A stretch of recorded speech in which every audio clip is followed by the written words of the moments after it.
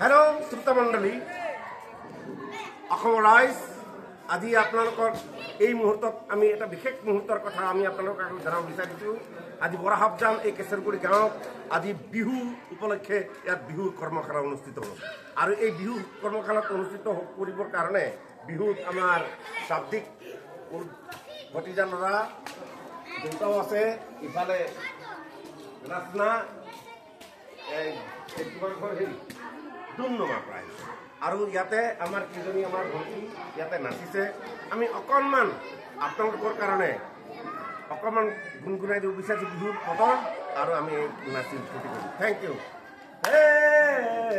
ঐ বিহু ৰে বিহু ঐ